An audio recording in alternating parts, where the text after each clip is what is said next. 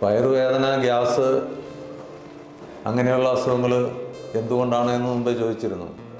ഇപ്പോൾ വയറുവേദനയും ഗ്യാസും ഒക്കെ ഉണ്ടാകുന്നത് നമ്മുടെ ഭക്ഷണക്രമത്തിലുള്ള തകരാറ് കൊണ്ടിട്ടാണ് കൂടുതൽ. നമ്മളെ സംബന്ധിച്ചിടത്തോളം നമ്മൾ ചിട്ടയായിട്ടുള്ള ഭക്ഷണം കഴിക്കണം. പച്ചക്കറികളാണ് മനുഷ്യന് യഥാർത്ഥത്തിൽ ജന്മന അല്ലെങ്കിൽ ശരീരപ്രകൃതി അനുസരിച്ച് കഴിക്കേണ്ട ഭക്ഷണം. എന്നാൽ നമ്മൾ ഭക്ഷണക്രമങ്ങൾ കാലാന്തരത്തിൽ മാറിപ്പോയി.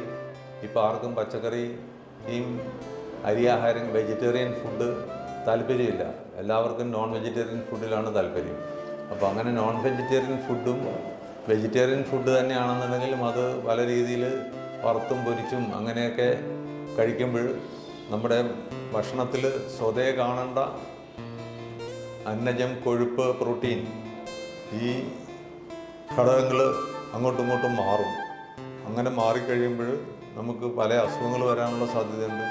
ഗ്യാസ് ഉണ്ടാകാനുള്ള സാധ്യതയുണ്ട്, ഗ്യാസ്ട്രൈറ്റിസ് ഉണ്ടാകാനുള്ള സാധ്യതയുണ്ട്. അതുകൂടാണ്ട് നമ്മുടെ ആമാശയത്തിലും കുടലിലും ഒക്കെയുള്ള അണുക്കളുടെ ഘടന മാറാനുള്ള സാധ്യതയുണ്ട്.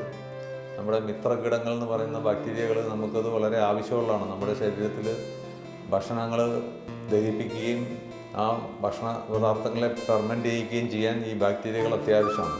അപ്പോൾ അങ്ങനെയുള്ള ബാക്ടീരിയകളുടെ ഘടന മാറുമ്പോൾ അത് ഒരു വിഭാഗത്തിൽപ്പെട്ട ബാക്ടീരിയകൾ ചിലപ്പോൾ ചത്തുപോകും.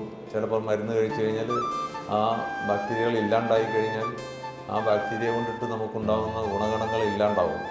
അങ്ങനെ നമ്മൾ അസുഖങ്ങൾ ഉണ്ടാകാനുള്ള സാധ്യതയുണ്ട്. വിറ്റാമിനുകൾ ആവശ്യത്തിന് നമ്മുടെ ശരീരത്തിലേക്ക് ആഗിരണം ചെയ്യാനുള്ള കഴിവ് കുറയും. ഇങ്ങനെയുള്ള കാര്യങ്ങൾ നമ്മൾ ശ്രദ്ധിക്കേണ്ടതായിട്ടുണ്ട്.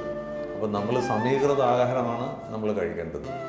ഒരു ഭക്ഷണത്തിൽ നല്ല ഒരു അളവ് നാരുണ്ടാവണം. അരി ആഹാരങ്ങൾ സ്റ്റാർച്ചാണ്, അരി കാർബോഹൈഡ്രേറ്റ്, അത് ഒരു 50% താഴെ ആവാൻ പാടുള്ളൂ. പിന്നെ പ്രോട്ടീൻ, കൊഴുപ്പ്, പ്രോട്ടീനും കൊഴുപ്പും ഒരു 20-30% കഴിക്കേണ്ടതായിട്ടുണ്ട്.